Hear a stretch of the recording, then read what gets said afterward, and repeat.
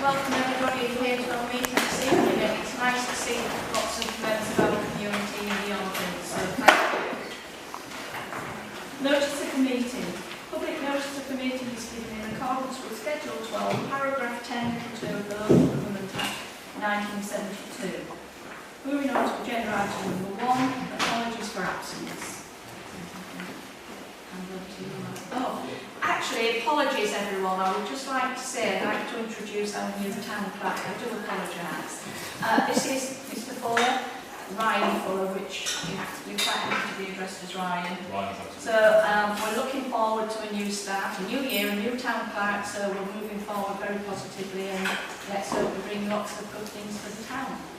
So, sorry, we'll move back to agenda item number 1. Thank you, Madam Mayor. We have apologies from Councillors Wild, Dalrymple, Blackwell, McLaren and Wood, with personal reasons. Thank you. Can I have someone move that we receive the apologies? Councillor Abbott, seconder. Councillor Bull, all in favour? I think that's unanimous, is it? Yeah, unanimous. Thank you. Agenda item number 2, declarations of interest and requests for dispensation.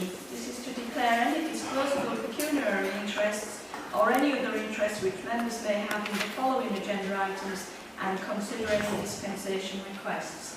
Do members have any such requests to put forward? No declarations of interest? Thank you. Agenda item number 3, external reports. And this is to receive reports on behalf of external employees. And we'll move to agenda item 3A, North Yorkshire Councillors. If I could invite Councillor Swanwick to the table to give his report. Thank you, Chair. It's not working. Not working? You just need to press the I'm doing part. Okay. Just need to move it up a bit. I don't think this will be good for Claire. Can I move forward a bit into the family rather than outside? I think that's about it. Okay. Thank you, Madam Mayor, and Happy New Year to everybody. This is the first report I've given since the new year, and I've been talking to the new town clerk who's been telling me that you're going to have 2 meetings a month, and I don't know whether you expect me to turn up to all these meetings, but it's going to get a bit busy, so I'm glad to see that we've got other speakers tonight as well, other reports. We would miss you, Neil, if you didn't turn up for both meetings. Oh, thank you. The mayor is so charming, isn't she? No wonder she gets us all to work for her. Okay, North Yorkshire Council report. If I give a starter to this, I'm sure my colleague, Councillor Trumper, will take over at some point and add other items, and then between us we're happy to deal with any questions that may arise either in my report or from elsewhere. So, North Yorkshire Council at the moment is pretty much focused on the budget, which I think is probably true for all local authorities, all public bodies at the moment, and we have a financial year commencing at the beginning of April. In fact, the budget meeting for North Yorkshire Council is on the rather inauspicious date of Friday the 13th, and that is when we will make the decision about council tax and how the budget is going to be delivered over the next year. I'm not going to give a long report on that because I did at the December meeting and talked to members about some of the savings and some of the difficulties involved. Since that point, the settlement has become clearer. And I think it's probably fair to say, I don't know whether Councillor Trump will agree with me on this, it's probably slightly better than we thought earlier on. And that means that, in effect, the deficit is less, but nonetheless there is a deficit. In 2026-27, it's anticipated now that the deficit overall will be 17 million, which will require the use of reserves to the tune of 17 million in 2026-27. So going forward into 27-28, it's again 17 million, so then that adds up to 34 million out of the reserves, and 28-29, 25 million, which brings it up to 59 million use of reserves by 28-29. So the picture is not great. The people say, well, you know, we thought that merging all those councils was going to mean that we have loads of money to play with, and all the economies and savings that we're going to be making, duplication, etc., would be kicking in. Well, they have. And over the last 3 years, some 60 million has been saved due to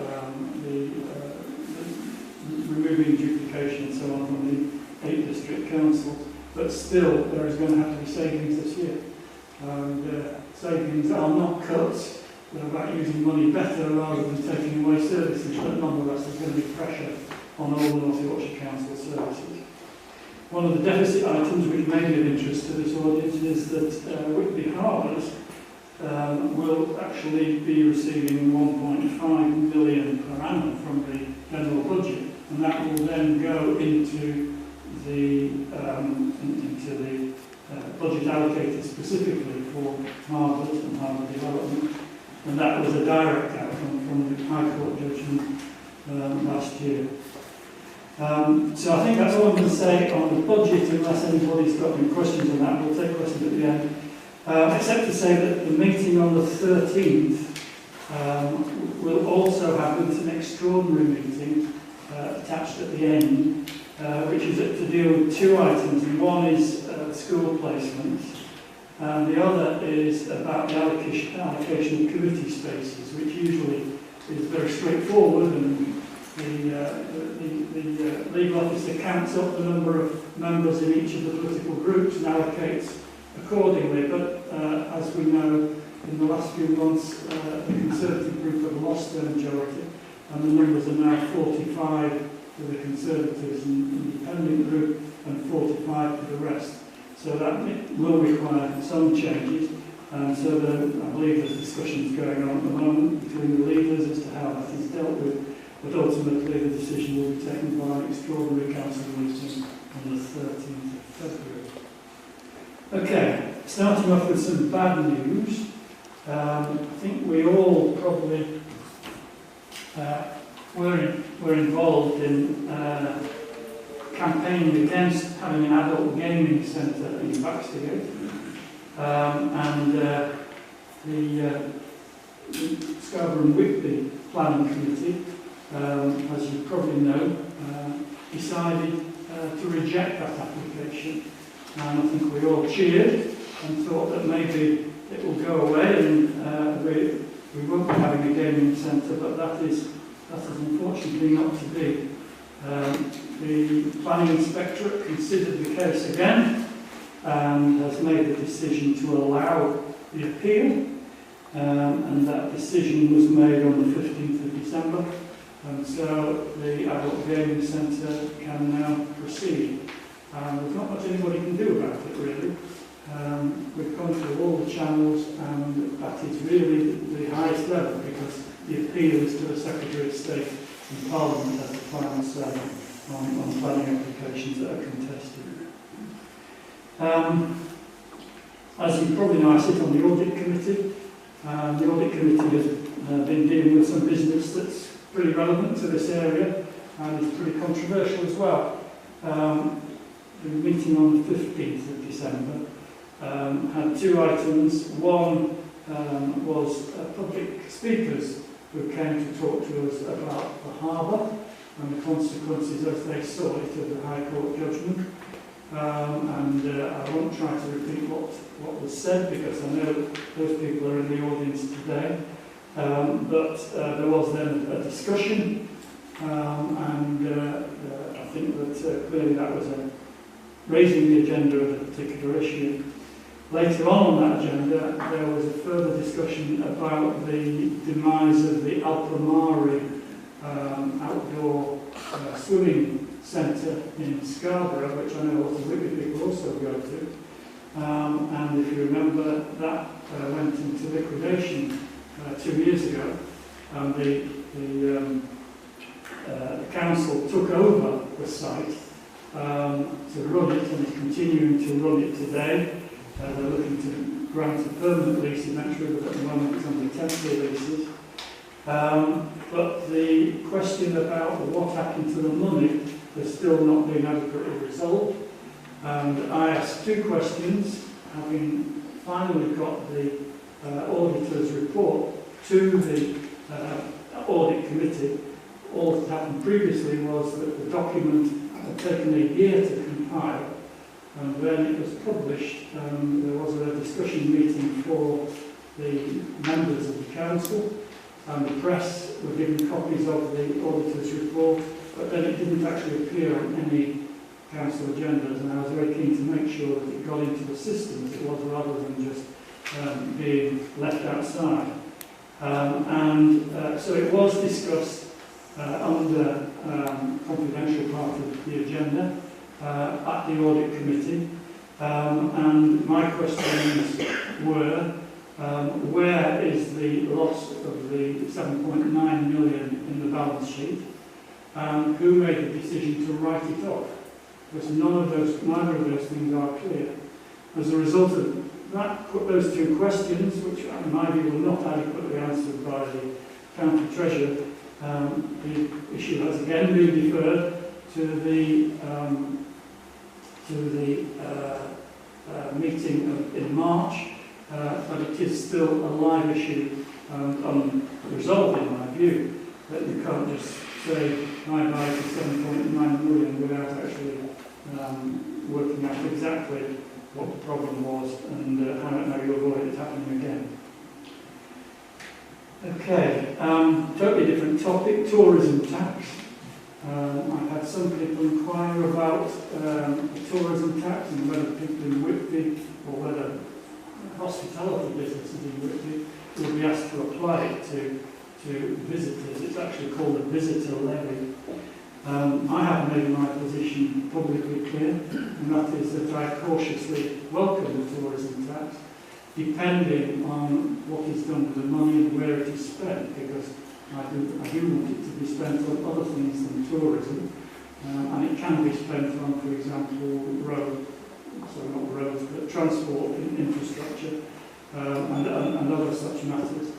I'm also very keen that the levy, if it is to be brought in, is levied equally, and it's not just hotels that are expected to collect it, but also short-term lets, especially through letting agencies and so on, are also expected to pay for it. And the wording seems to be that it will be a visitor levy on all organisations letting their accommodation. Now, it's being dealt with by the government because there is no example in England of a tourism tax in this manner. And there's a consultation running at the moment which will run till the 18th of February. So I would recommend that if anybody asks you how they can make their voices heard, then they should write to, well, if they go on the website, the government website, they'll find the consultation. And that is the opportunity for businesses in particular to let their voices be known. At the last area committee, this is Scarborough and Whitby area committee, a decision was taken to reduce the speed limit on the high-level bridge between the two schools. A petition was brought to the committee by one of your members, Councillor Mulherron, which had 500 signatures from people in Whitby, and with the exception of the executive member who wasn't able to vote on that, or didn't feel she was able to vote on that, everybody supported reducing the speed limit. However, there was a sort of amendment in the process added on by Councillor Chance, who is also a Whitby councillor, to reduce it not to 30, but to reduce it to 20, which had not been the original intention of the petitioners.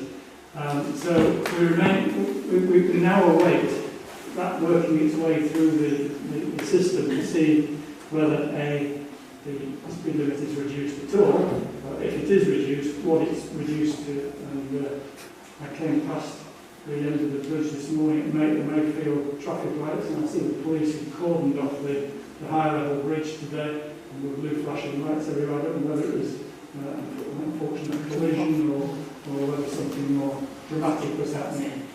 It wasn't an accident, Yeah. somebody Okay.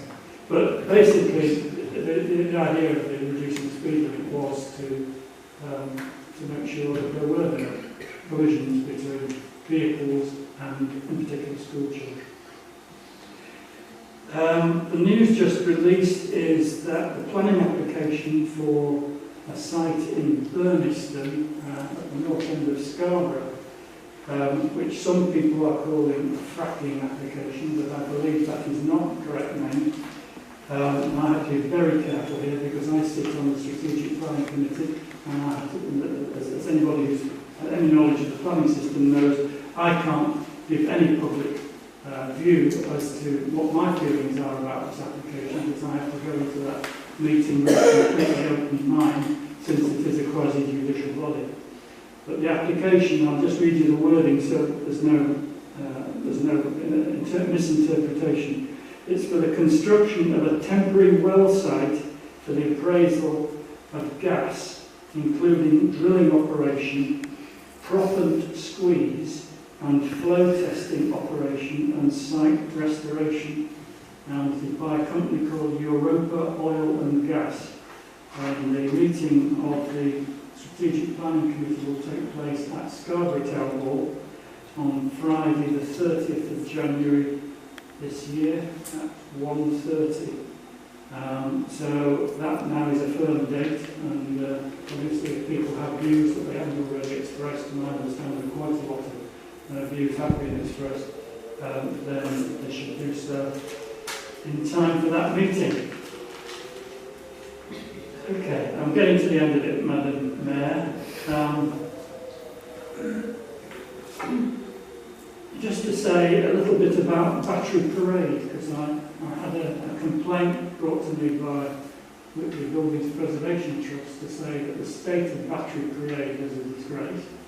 And I went to have a look, and that was before Christmas. And I think you know where I mean. It's just sort of by the West Pier. And it's got that rusty gun on it, and it has various cafes and a little fairground thing for the children in the summer. But when I went, it was chaos. Most of it was barricaded off with RS fencing, and there was work going on the Fisherman's Wife restaurant, putting in an extension to their first floor, which required putting in steel pillars, etc. And there were skips and mixers, and you couldn't actually get onto the place. So I did raise this with North Yorkshire Council Estates. I said, this is not private property, this is publicly owned facility, and it's potentially a tourist attraction. And I have had meetings subsequently and site visits, and I'm hoping that we can actually do something about it, because it would be such a shame to lose the use of that. And I think we have to be very careful that there isn't encroachment going on, and that the use of that area remains with the public. So I've got several other things that I could talk about, like country-school transport, which is going to scrutiny, concerns about gritting, concerns about Christmas lights, but I suspect they will come up in questions, and I think Councillor Trumbull might well wish to comment on some of those before I do anyway. So that is my report. Thank you, Councillor Swan. Would members like to hear from Councillor Trumbull before you put any questions?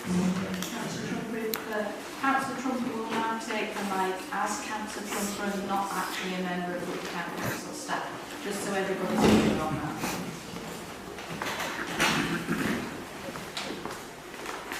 I'll keep it brief because there's a lot on the agenda.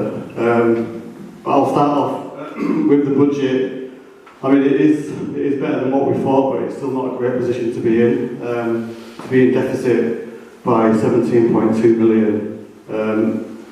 And I think due to external factors is why we're in that situation, regarding obviously the increase in national insurance from the government and the loss of the rural grant from last year. So we have some tough decisions to make at the full council meeting in February, and no one wants to add extra burden to people's expenses. So, you know, it's a tough decision to make for members. In regards to highways, so I've been talking to highways on a regular basis about improvements and concerns about speeding on Russup Lane and in Russup itself. Within Russup, the highways suggested there isn't a gateway at the moment into Russup, which basically highlights, you know, drive carefully, etc. And 20 mile an hour zone. So highways have suggested that maybe something that is looked at in the future to improve, to put speeding into Russup, to be able to reduce speeding into Russup. And it's something that, again, that we would like to talk to Town Council about in a partnership with that.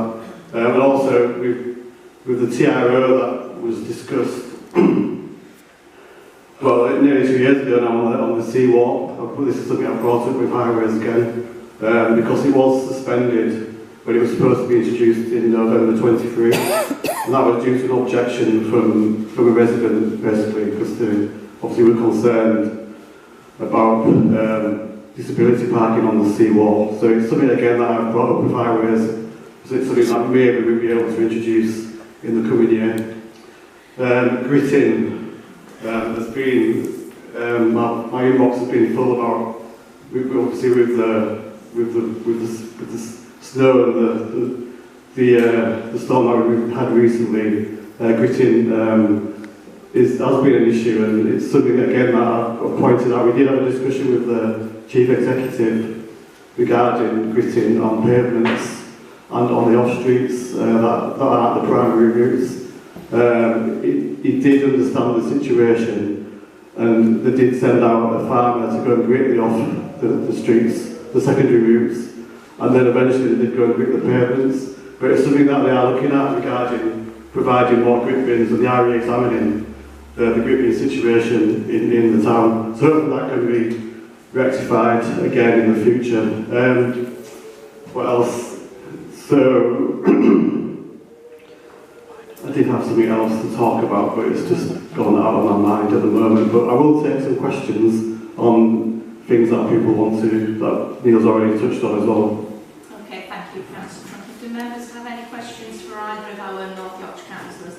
I've got Councillor Bolton first, and just keep your hands up, Saturday, please. Councillor Bolton, if you would like to go.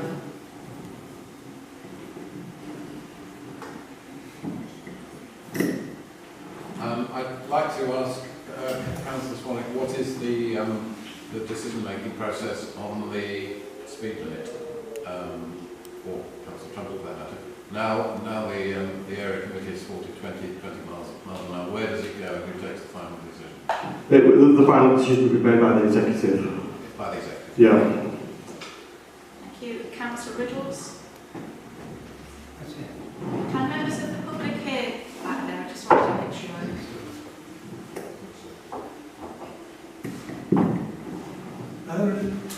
The cliff fall that we had just below Clavers, it strained the supporting wires and also taken some of the mesh away. Is this going to be rectified and replaced to stop further slippage? Because obviously the whole point is that any slippage you do have keeps within the mesh. Well, that's not going to be possible now because a lot of it's disappeared. Yeah, it's interesting. I saw that. It was quite surprising that did happen, but I think it isn't rare that you do get cliff falls down there. I can't remember when that wire was put up. It was quite a few years ago. Was it about 20 years ago? Yeah. So yeah, I mean, that's something that we can bring up with the correct officers. I think Chris Bourne is probably the person that I will speak to regarding that. Because the stress at the top is likely it could pull the rest of the wire over because it's gone like it really has torqued it. Yeah, I'm sure that they are aware of it. So again, I'll talk at the next meeting at the area committee. We are discussing the harbour strategy, that will be something that we can discuss with them at that meeting on March the 2nd. And that's in Whitby, the area committee. Thank you, Councillor. Councillor Lehman.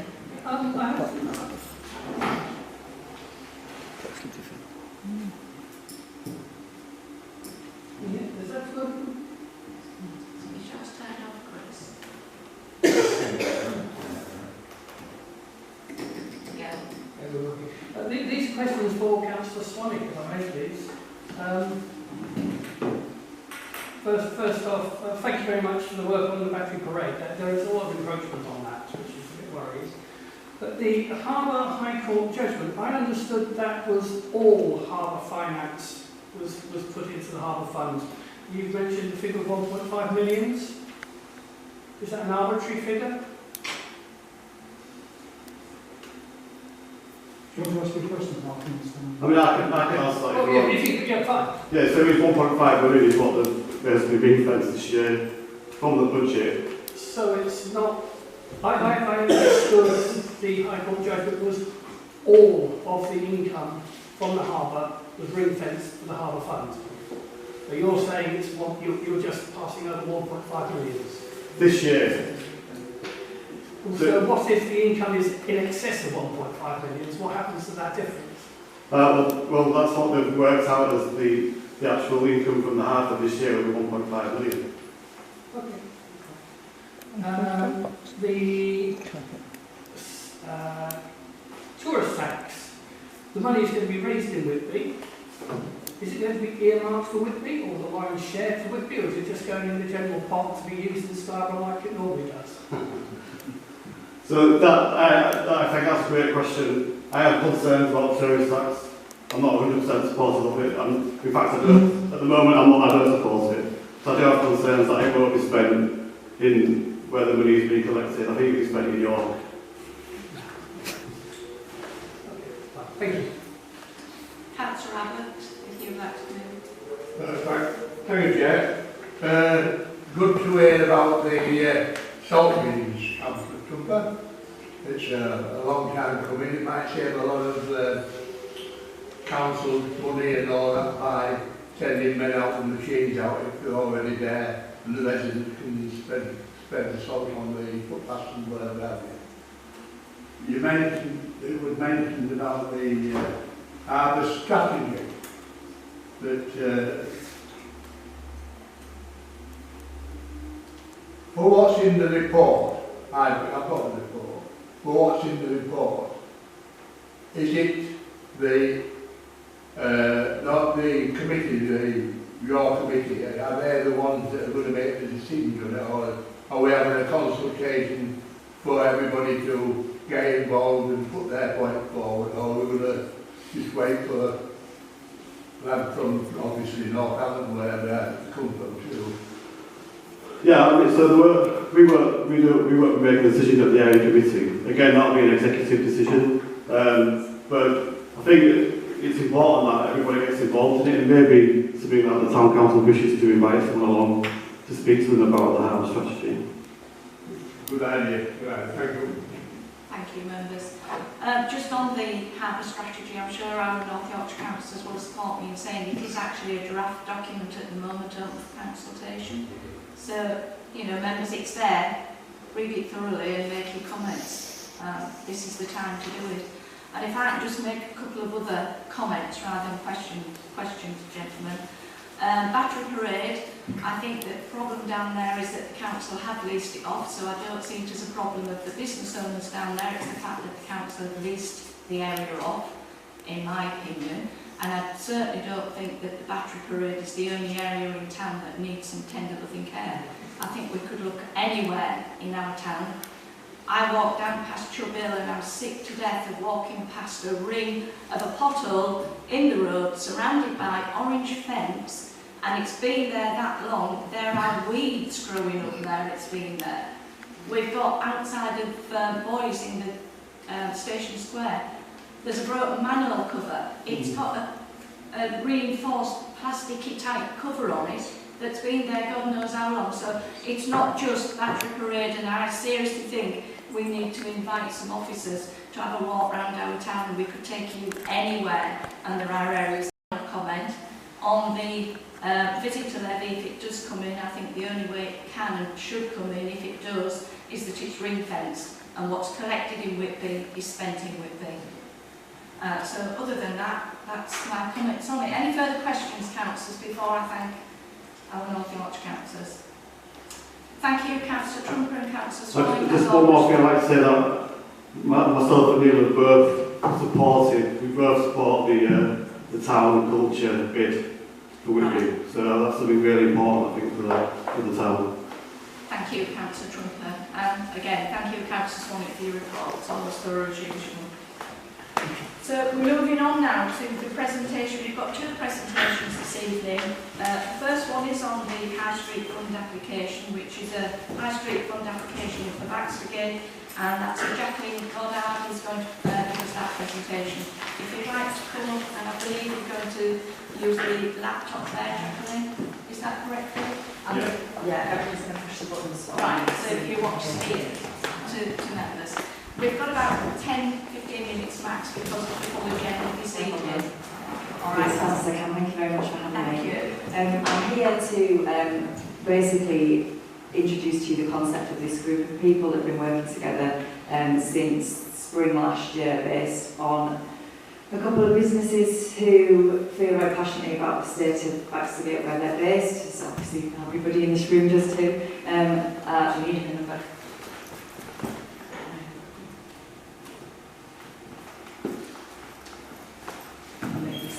To turn the screen on, sorry.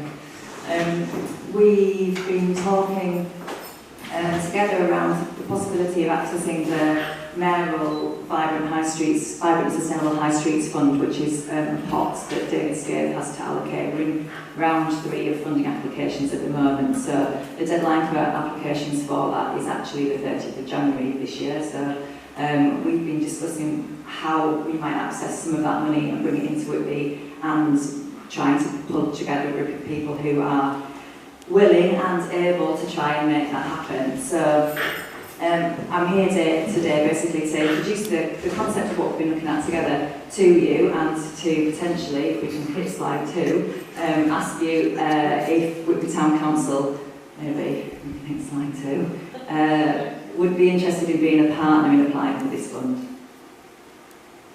Or the tech. There we go. So, we've discussed a lot of options around possibilities for enhancing the area, particularly around Baxtergate in the town, and we've settled on, we think, a project called Whitby Winter Events Expansion. So this would be strengthening the events that already happen through the shoulder of the season and driving footfalls specifically through the main high street in town from both residents and potentially visitors, supporting the economy and making it better, because it's a bit grim at the moment. There's a lead applicant role, which potentially we'd be looking at the Town Council to partner with us to take, but it's not essential. But there's some key responsibilities around that, so I've detailed those on the bottom of the slide. It's basically about managing the project budget, which is actually paid in advance in quarterly instalments through this. So the financial risk on it is quite low. I'll come to a bit further information in the next slide, please. The aim of the fund, so the aim of the Mayor's Fund, is to boost town centre footfall, support businesses and encourage community collaboration. So we've tried to look at all 3 of those points as we've pulled together these ideas, and hopefully you'll agree that we've got some interesting options. They are still very much in development, so this isn't a complete proposal. I'm not standing here saying this is definitely what we're going to do. We're still working through that, and we're hoping if you're interested in participating, then we can get through some detail next week. Next slide, please. Currently, the project partners could be, in this order, the Town Council is the lead applicant, and the Christmas market lead.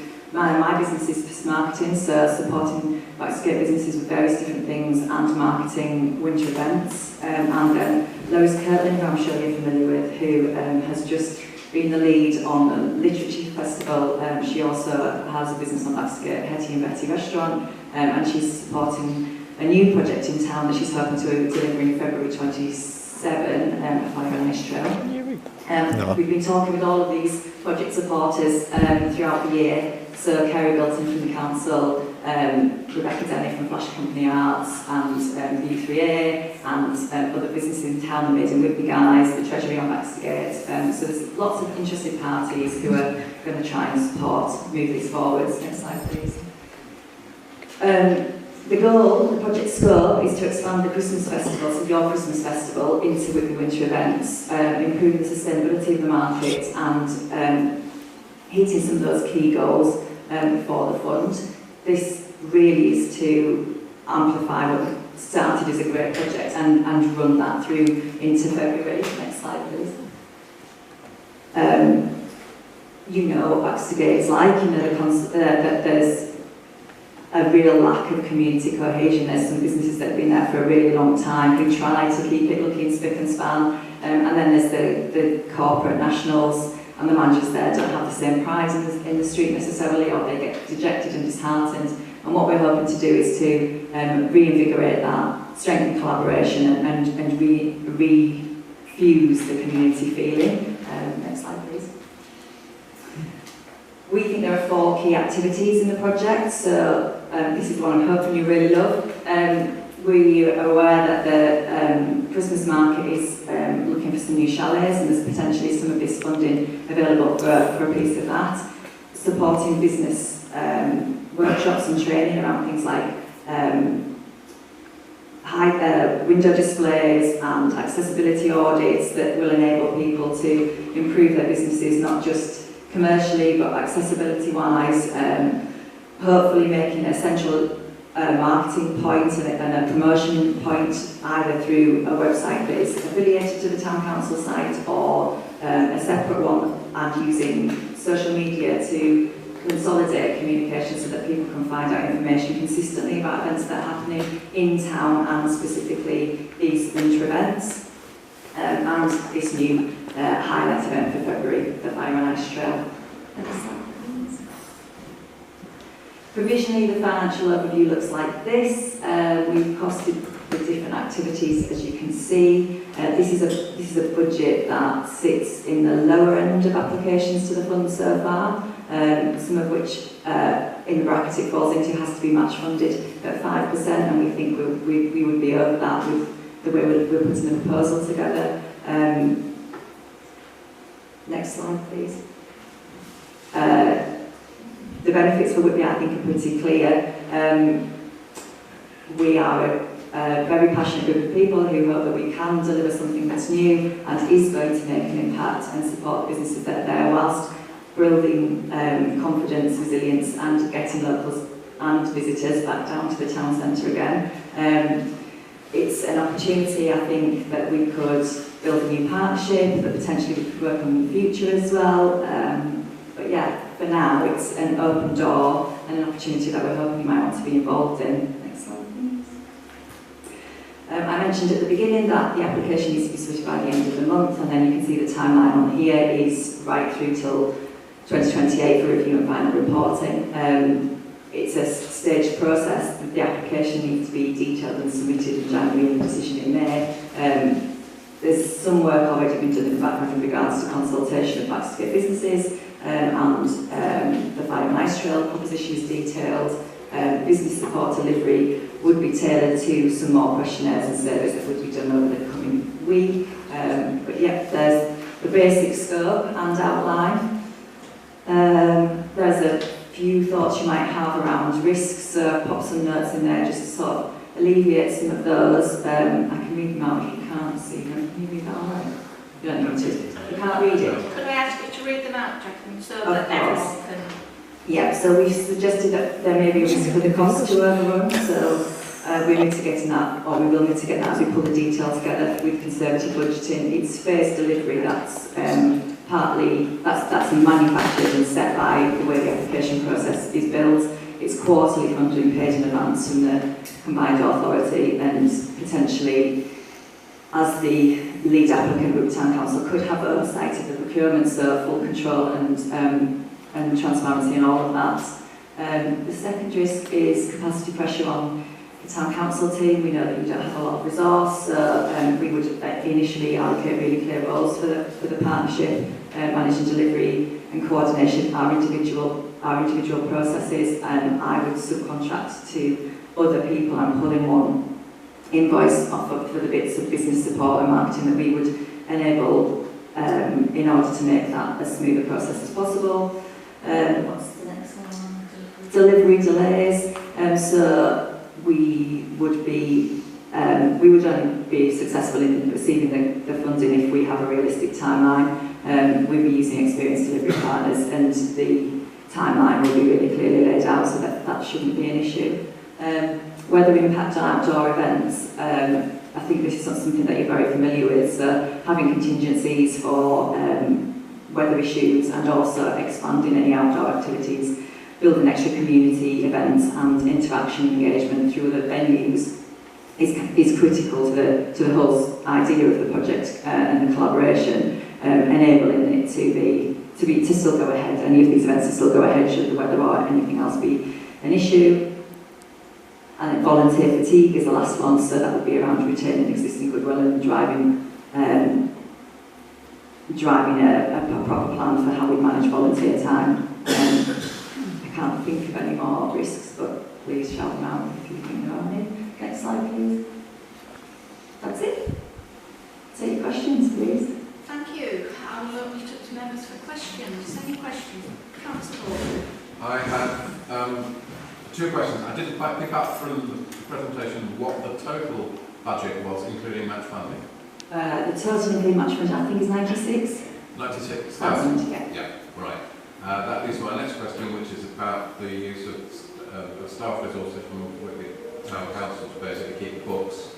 I see no objection to us being the lead in principle, but I am concerned about the effect on staffing, and I would like, if possible, the staff to comment on that. Shall we go through the question and then bring you in, right? So I've got Councillor Steve Smith next. Who's on the committee at the moment? It's a loose agreement partnership. There isn't a formal committee. We haven't completed the plan. So at the moment there's marketing, there is Lois Kirtland from Hetty and Betty, and then the supporting businesses that we highlighted there. So the Treasury, Hetty and Betty, the Youth 3A have been very supportive. Flash Community Arts is the community anchor partner with the council. So it's still quite loose, but yeah. And who's going to draw up the bid then? That's a combination. Myself and potentially some support from Rebecca Denny. Flash Community Arts, sorry for the clarity. Thank you. I've got Councillor Riddles, then Councillor Mulherron. Have you, in your project for Baxter Gate itself, it could do with a good clean-up? I've walked it today now. 1 second, Councillor Riddles, I'm just going to check everyone can hear. Could you use the mics, councillors, please? Thank you. I did walk Baxter Gate this afternoon, and I mean, anything that's going to improve Baxter Gate is a good clean. Now, I know that might not be part of your project, but have you set any money aside to do that? I mean, do you looking for assistance with from? Not specifically for this part, for this bid. Some bids have put in funding for clean-up facilities and that kind of thing, and have been successful, and others have bid and not been successful. But as we started the consultation, I don't know if you're familiar with who's pushing the buttons on my laptop, but she and I pulled together a consultation on the High Street in September this year, and the number one overriding outcome of that consultation was that the street needed cleaning. We've then subsequently been in touch with Nottinghamshire Council, and they have pledged to do a street clean. They've just come back and said that they're in consultation with Highways. They're concerned about it's not round, I don't know what it is, that's in between the slabs, and the pressure washer, the high pressure washer vacuum thing that they've got that's super duper, but they might pose a risk to the stability of those. So there's just a query around that. But they were very receptive to putting in a deep cleaner, and we are very aware that once we've got that we need to maintain momentum and encourage people to keep it up. And would that include shop funds? Because again, that's a bit more personal to the people who own those shop fronts, but there's a lot of shop fronts that could actually be tidied up. Absolutely, and I think some of it is about encouraging the people who are in there to take ownership of that, and that's the sense of community pride that we're talking about bringing back. So if we can improve the communication through those people and build that sense of community back up again, it might be that they don't have the skills, but it also might be that they're a bit complacent about it, especially if they're international or you don't know the communication pathway to get to the right person in their property team or whatever. So some of it is about building skills and confidence in the teams that run the shops. Thank you. Councillor Herron. Thank you.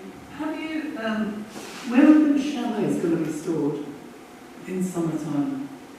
Wherever the council stores them now, they'll be town council chalets, so I don't think that I've got access to the answer for that at the moment. Yeah, we have a container at the moment which stores the current sheds. You probably need another container, so that needs to be written in as well. Excellent. Have you thought about moving the tourist office to Baxtergate? Didn't even consider it was an option. Great idea. I don't think it's not on our bid. Council, to be fair. Right, okay. And finally, what are you going to do about the empty shops? So actually, I've done a lot of work around the empty shops, and as part of the initial piece of work in the summer, contacted all of the landlords and spoke to them. I think there were pending tenancies on everything. Can I run through what I think I know? You can correct me if I'm wrong. So I believe Shoe Zone is pending as a German doner kebab shop. I believe Emco is a national food retailer, potentially, but they won't actually say who or what. It's a bit woolly. To take those neighbourhood plan things out the window. The Virgin Bank is going to potentially, we think, be the banking hub moving back to this side of the river. Is that true? Yeah. Thank you. And then we've got land is currently up for tenancy. I don't think we've got any news on that, have we? And then the off licence is the only one we've not been able to get hold of. Yeah, we haven't been able to get hold of them, but we've got a planning application in to Convert upstairs to that the too. other one is the Art Foundation. That's closing. no, the Oh, it's PDS managed to is it? CDS. CDS is already taken. Yeah, that was taken before the Yeah. PDS left, and that's been refurbished at the moment. Yep. And then Cancer Research, there's an art group that are looking at running it as a gallery and what have you. Barclays is Yorkshire Trading. Oh yeah, Oh, Barclays, yeah, Barclays, yes. Yorkshire Trading are expanding into Barclays, that kind of applications in at the moment. Yeah. That's it. And then Halifax is gambling, so that's in the whole street. Yeah. I've got Councillor Abbott. Yeah. Thanks, Chair. Are you aware of the big picture, what's going on down the other side of Baxtergate, on the Trenches side, the other side? Are you aware of what's going on down there? With the, well, I don't know. I mean, that's a big open question. The thing is, they're talking about pedestrianising, all this sort of Yes, streets thing. in. This is Yes. all this. You see, the big picture before, we used to have temporary car parking on on the end of the wall, and that used to service Baxtergate for a short stay. You have nowhere now. And that's the thing. You're like on the bus stop, but if your bus stop's only going to go as far as the bus station, we're stuck again. It's the big picture that we need to get married in with your project. 100%, yeah, absolutely. I think you're right. I live on Grey Street. I'm in the middle of town, and I walk that route with my dog every day past the new Harbour building. What's it called? The Maritime Hub. I'm in the middle of all of that. I see it every day. But we can't wait for somebody to say yes, you can have a car park before we can say please come and tidy the shop fronts. Thank you, councillors. I'm going to draw this to a close and bring in Ryan just for the comment that was asked about the impact on staff, because I am very mindful of the time constraints we've got this evening. So thank you, councillors. I'm going to bring in Ryan if you'd like to come back on that. Thank you, Mayor. I'm not sure, being on my second day as town clerk, I'm in the strongest position to comment on all the resourcing of staff and where we can allocate it. I think what I would say though, from having been involved in projects like this elsewhere, it very much sounds like we're essentially being asked to be the accountable body, which is primarily going to be oversight and financial governance, which is not, in my experience, particularly onerous. And I would say it sounds as though there's significant community benefits, and speaking very selfishly, it sounds as though the town council may benefit if we can get some more chalets and extend our Christmas market. So I think on that basis, I would be comfortable with the resource from staff being able to go into this. I think we can make it work. Well, I say, it is only day 2 of the town clock. We'll let you off with that. Right, members, obviously this council has been asked if we want to support the High Street bid. So I'm going to put it to the floor if anyone wants to open up. I will need somebody to put a motion forward and a second. Councillor Amanda. Having listened to the presentation, I declare a keen interest in this. So I'll extend myself on there. Thank you, Councillor Smith.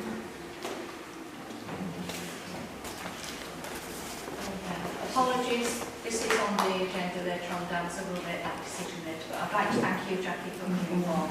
I am going to apology meeting with you again, and I am excusing time. Absolutely, and we'll obviously notify you of Thanks very much. Thank you. Thank you. Joyce, if you would like to join us at the mic, and you could just say your name for everybody so they're all aware of who's speaking. Thank you, and I'll keep it very brief as well. Joyce Stango, Chair of the Rugby Neighbourhood Plan Steering Committee, or Steering Group. Can I just remind everybody we've got less than 2 weeks for our consultation before we then review it and pass it on to North Yorkshire Council. So please, if you haven't commented, can you please comment?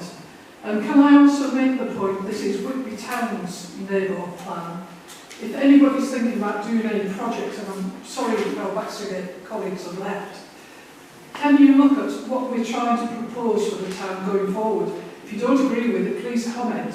But if you do agree with it, can we try and work with it? We have got some of the latest records on the housing needs assessment. We're far more up to date than what North Yorkshire have done. We've got a design code. Now, I know we can't adopt these until the neighbourhood plan's been approved, but I would ask people to work towards them, because we've had government funding to do these, so they are independently done. But we will look and ask people to go forward with them. The other thing to bear in mind, both the Baxtergate and the Flowergate project are in our conservation areas. We had an absolutely superb conservation management plan done.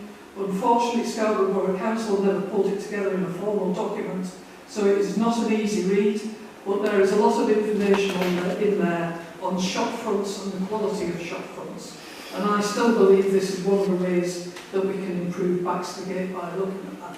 So again, I would ask that people look at that. Again, it's not an easy read. Whitby Civic Society did an excellent little booklet to go in hand with that, and they did a Whitby shop front booklet as well. So can I just recommend that people consider these when they're doing these sorts of projects. We are going to review the neighbourhood plan in February, and we're hoping to get it to North Yorkshire Council by the end of February. Thank you. Thank you, Joyce. That's much appreciated. I know there's been a lot of work done on the plan, so it's very much appreciated. Any further comments or questions from the public? Thank you. We will move on to agenda item number 5, which is the minutes to confirm as an accurate record the minutes of the following full council meetings. So we've got 5A, the minutes of the ordinary council meeting held on the 9th of December 2025, and they are for approval and signing. Do you want to do these individual members? No. We've also got the minutes of the ordinary council meeting held on the 16th of December 2025 for approval and signing, and the minutes of the ordinary council meeting held on the 8th of January for approval and signing. So, any comments, members? Councillor Lehman. I have a number of comments on the minutes. Could you use the mic, please, Councillor Lehman?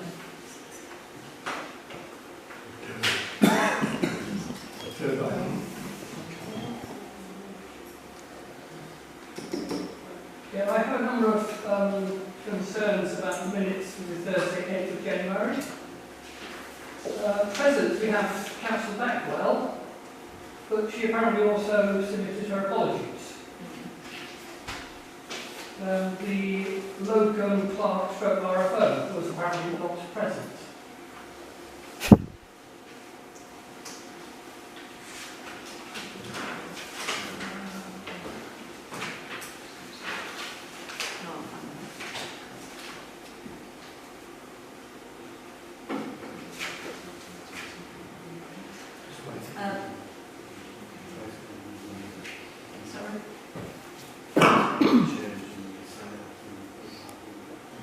We can make an alteration. Sorry, I'm just conferring, Councillor.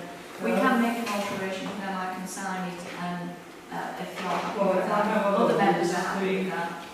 The motion proposed by Councillor McLaren is unreferenced, but it refers to a standing order 12XII.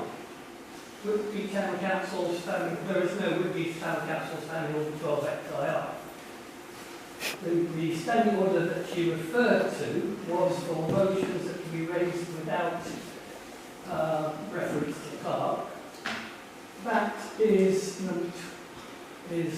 item 12 on North York Council's standing orders, not Whitby Town Council, and 12XII doesn't exist under North Yorkshire Council standing orders either.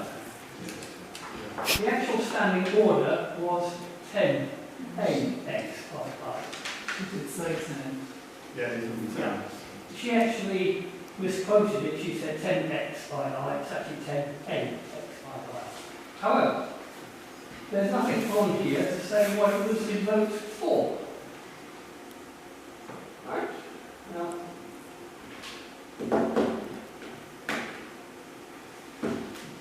her exact wording, I recorded that meeting.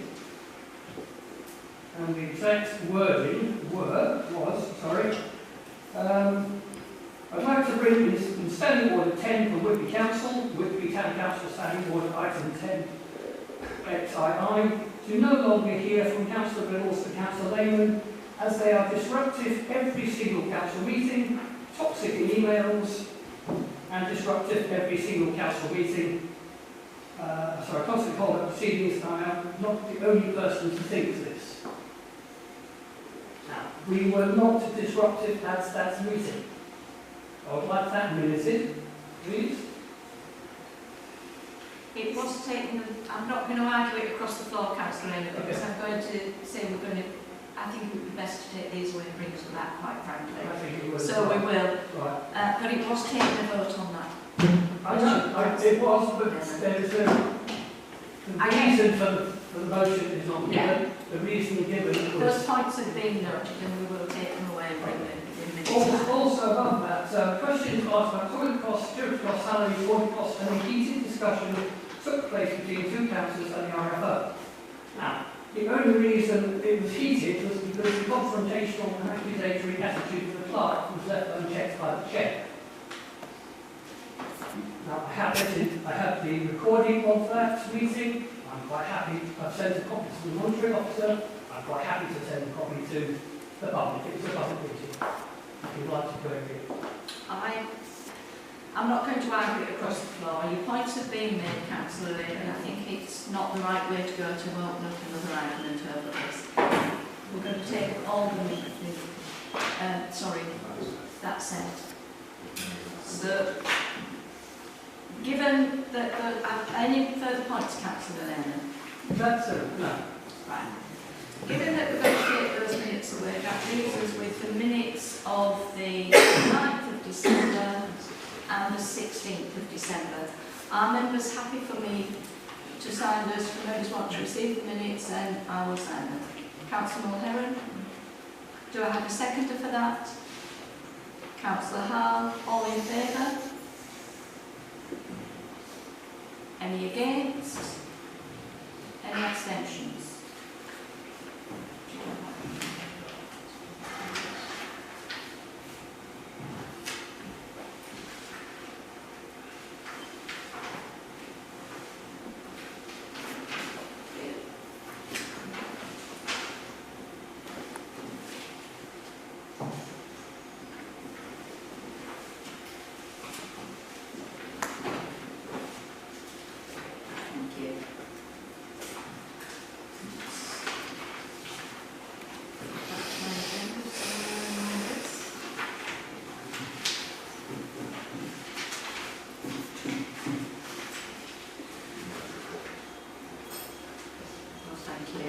I've lost my agenda in a moment. Apologies, everyone. The next item is for the Mayor's report, and with Christmas happening, the only thing I've attended, which was on Sunday afternoon, and it was the U3A stages performance of the panto. And as I said in my write upon the Facebook page, you wouldn't think that Dracula and Cinderella could work together, but it did. And I have to say congratulations to all members of the U3A that took part and supported the performance. It was absolutely wonderful, and they are a credit to this town for the pleasure that they bring to anyone who deems to go and see them. If you do get the chance to attend, I can highly recommend it. So thank you, members. Moving on to agenda item number 7, the clerk's report. So at that point, I'm going to hand over to, if you need support from anything, Ryan, Phil will chip in there. Thank you, Mayor. I haven't produced a report for this meeting. You have got a report from the local clerk that was circulated with the pack, so I will endeavour with the support of the assistant clerk to answer any questions on that, and I will provide you with a report for next meeting. Thank you. Any questions, members? Doesn't have to a copy of the report.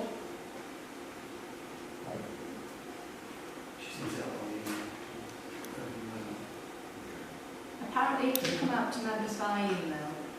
Councillor Heron. With reference to the unauthorised camping, Could you use the mic, yeah, please? yes, I can. With reference to the unauthorised camping, I noticed that the marina and Upgang Ravine are not included in those areas, but they are two areas where there is an awful lot of unauthorised camping, particularly Upgang Ravine. The times that we've gone down in the morning and found barbecues still lying there and all that sort of stuff. I would welcome the fines, but the areas that you have specified, or that the Wiltshire, have specified, are not wide enough. I would agree with that comment, actually. Councillor Reynolds. It would appear on that thing that the areas that have been put on the list are the only ones that have been reported for the police, to be honest. It does look that way to me anyway. Possibly. I think, could we feed that back to North Yorkshire Council that the net really wants to be widened quite substantially? I know today I was walking down, and unfortunately it is rail track land, but there is camping going on in rail track land just to the other side of the viaduct. And the people who were in it were actually going round the property down there trying windows and doors, so it does need highlighting. They've left a considerable amount of rubbish behind as well. So if we could feed that back, that would be I excellent. think it's important if members come across that to report it back. Yeah, I've just seen it this afternoon. Yeah, actually. that we can report it to the speaker team. Yeah. Yeah. If members can take note of that. But the way, Chair, back to the council, you said If you- before. To North Yorkshire Council, or you can We can pass feed it it on. through. We've made a couple through of the issues office. in the park over last summer. We've created quite a good partnership with the speaker team, so we can report any issues that come up. And So you're saying after the council to report it back here? yeah, we'll pass it on. Thank you. Any other comments, members? Councillor Amanda Smith. Yes, I haven't received a copy of the update for the Whitby Wales. Would it be possible? It did come out, I've seen it Is it on. possible just to do a quick Yeah. update? Would you like to update on that one, Bill? Yeah. So John Woodhead has reported back to the local park regarding the Wilburns, and it's just basically he just says he's had a number of inquiries about replacing them with replicas. With various material options, and I hope to have some costings by the end of January. That was basically what he said. Thank you. We obviously are pursuing it very closely because they are data Whitby, and we'll do everything we can. Any other comments, members? No? We move on to agenda item number 8, and this is referring back to the High Street Fund application, and it's to receive further information and request consideration of the Town Council's support and agreement to act as the accountable body. Well, obviously we've all heard the presentation. I don't know if these wish to brief yes, sorry, Councillor Smith.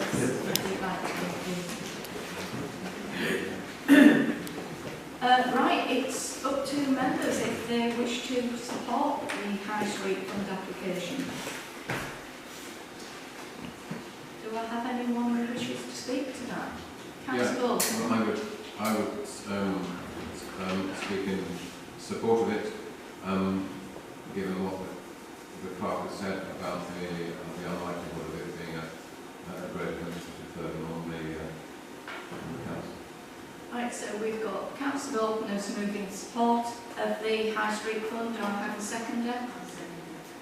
A seconder from Councillor Kelly. I'll go to a vote. All in favour? That's unanimous. Thank you, members. We will feed that back to the to Jacqueline and give the presentation. Thank you, members. And moving on to agenda item number 9, which is the request for support for the Town of Culture 2028. Especially in bad weather. Bid. Obviously, we've all heard the presentation, so I'll open it up to members to speak. Councillor Steve Smith. I'm very to zoom out and just down to the part. Sorry, we can't hear. Can you speak into the...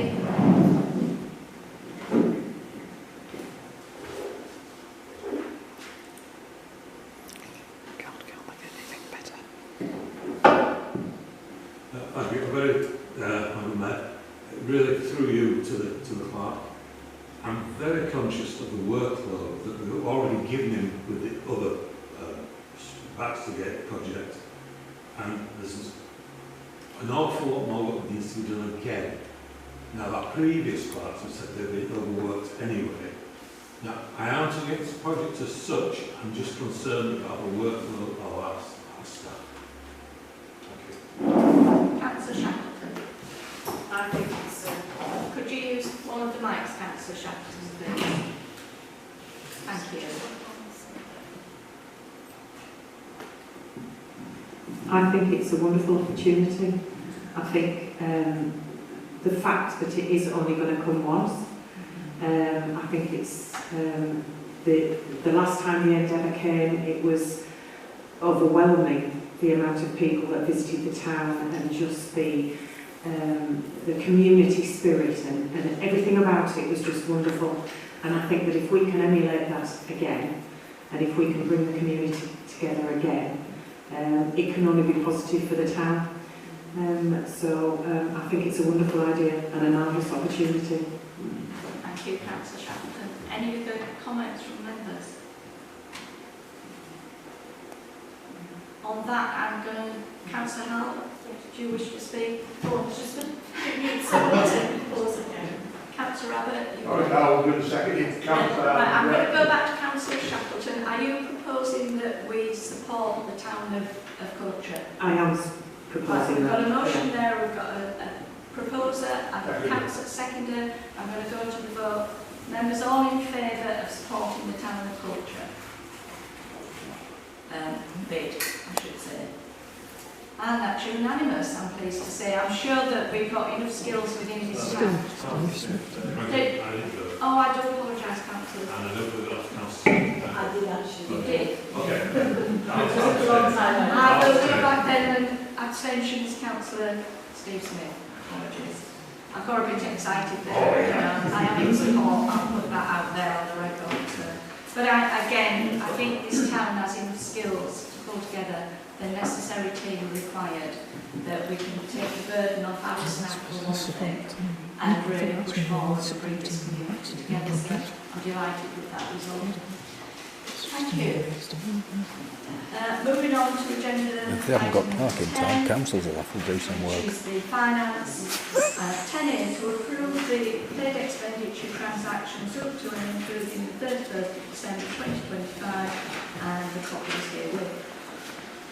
Any comments, members, questions?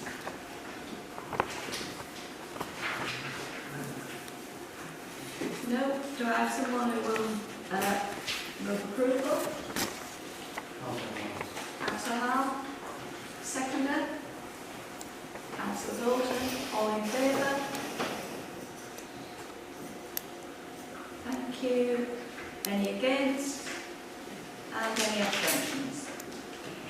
Thank you, councillors. 10B, the final draft of the budget for 2026-27. And that has been circulated around to everyone.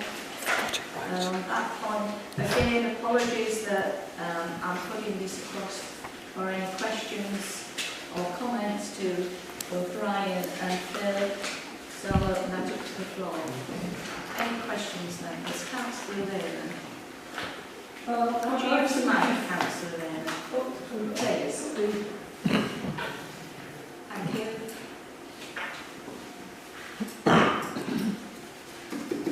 I submitted 5 concerns on the budget by email. I don't know if you read all that again.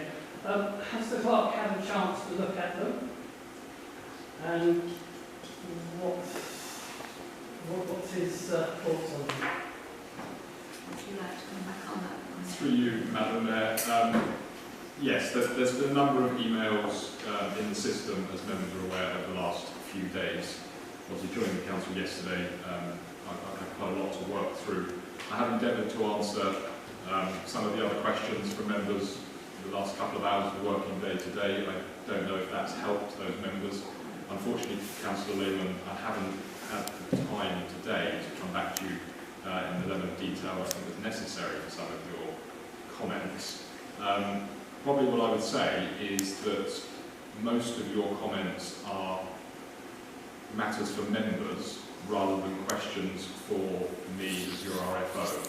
So I think where there's a potential for a difference of opinion around what should or shouldn't be in the budget or what those amounts should be, that's matters for members to discuss. And you and other members are well within your rights to propose amendments to the budget and to bring those matters forward in council meetings. I don't know if there was many questions in there necessarily that I could answer definitively, but would necessarily support the points that I think you were trying to make. So they're matters of discussion, debate for members.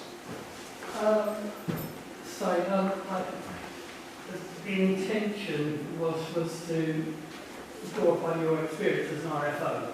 Do you think they are valid questions? Are they valid concerns, or am I just... I think I wouldn't say that your points are not valid. If I use one example, it would be your commentary around elections, for example, budgeting for by-elections. A budget is effectively a snapshot in time. It is a best estimate of events that may or may not subsequently happen. I believe the local clerk and RFO has budgeted for one potential by-election in the forthcoming financial year. You are making the case that should be potentially more. That is a valid suggestion. That is a debate for members, I would say. My perspective as RFO is you can budget for 1, you can budget for 2, you can budget for 3, you may have 4 or 5. So in any eventuality, with any budget lines that the council sets, we may exceed them, we may underspend them.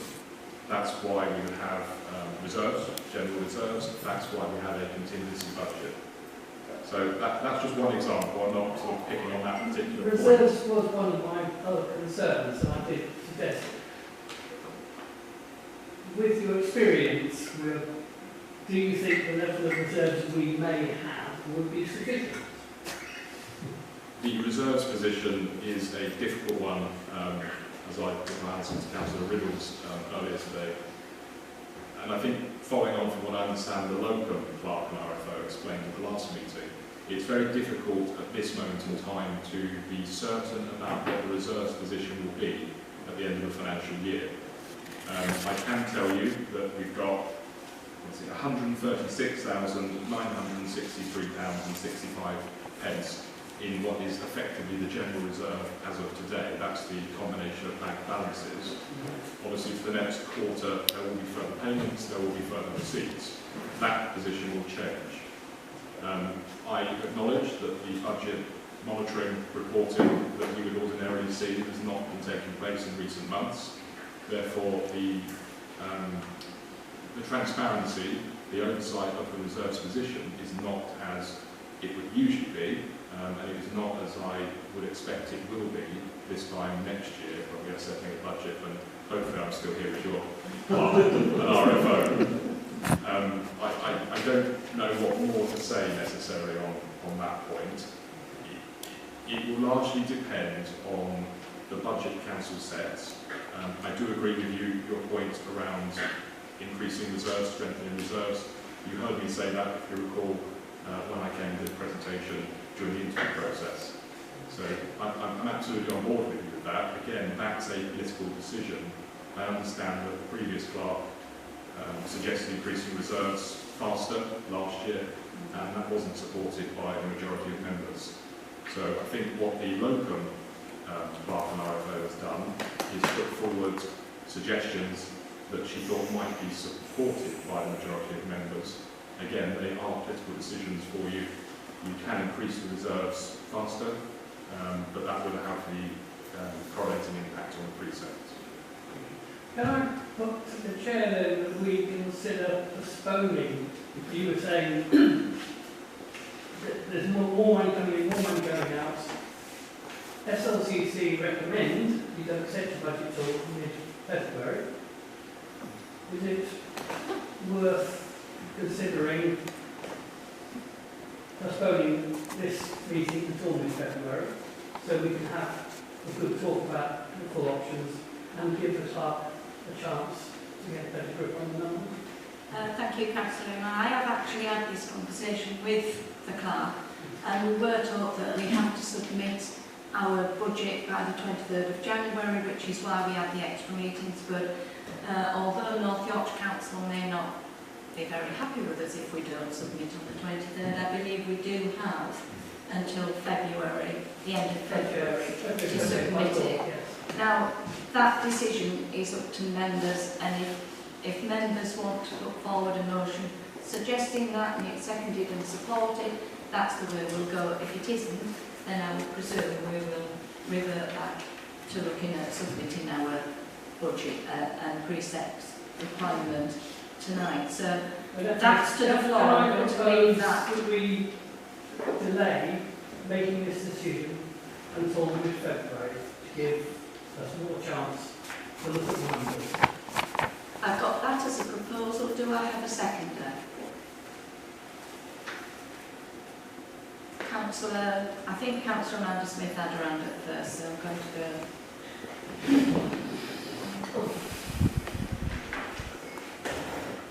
Can I just say thank you very much to our new clerk. Got back to me very promptly with some responses. Unfortunately, I didn't pick it up until about an hour or so later. But so I haven't had a full chance. But on some of the questions, I believe there are still some questions out there. One of my questions was with regard to the toilet finances. It's my opinion from the toilet working party work that toilet working parties done that actually £40,000 isn't going to touch the size of what we really need to make the improvements required to the toilets. On that basis, I absolutely agree with that. That as did the toilet working party group, that we should be looking at maybe getting a loan. I've talked about this in times in the past, so I absolutely agree with that. And on those bases of the questions that I still think are out there, I would support second the motion that's just been proposed by Councillor Manley. Thank you. I've got a proposal on the floor and a seconder. Before I go to the vote, are there any more comments? Right, all in favour, and that proposal is to delay making a decision on the budget until the middle of February, towards the end of February, whichever meeting that will come into. All in favour?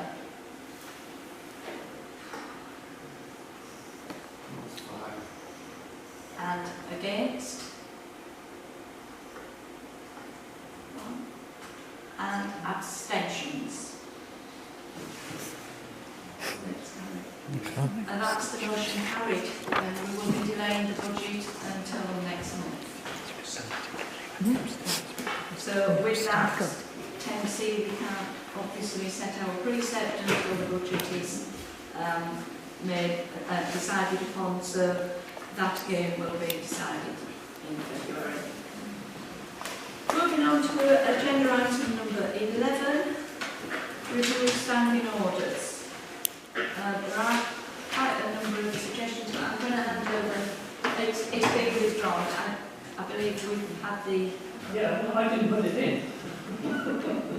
Right, this item has been withdrawn until our next meeting. We will have a thorough meeting going on. One thing I would like to say, members, we are making changes to the standing orders. It's imperative we get this right so we've got a solid base moving forward. We need this council to be working on a very solid platform moving on. Councillor Raymond. Can I suggest, it is of such importance that we have one? I think that would be the only way that we can move forward. We have again spoken about this, so we will arrange something where everybody gets the opportunity to bring forward all comments.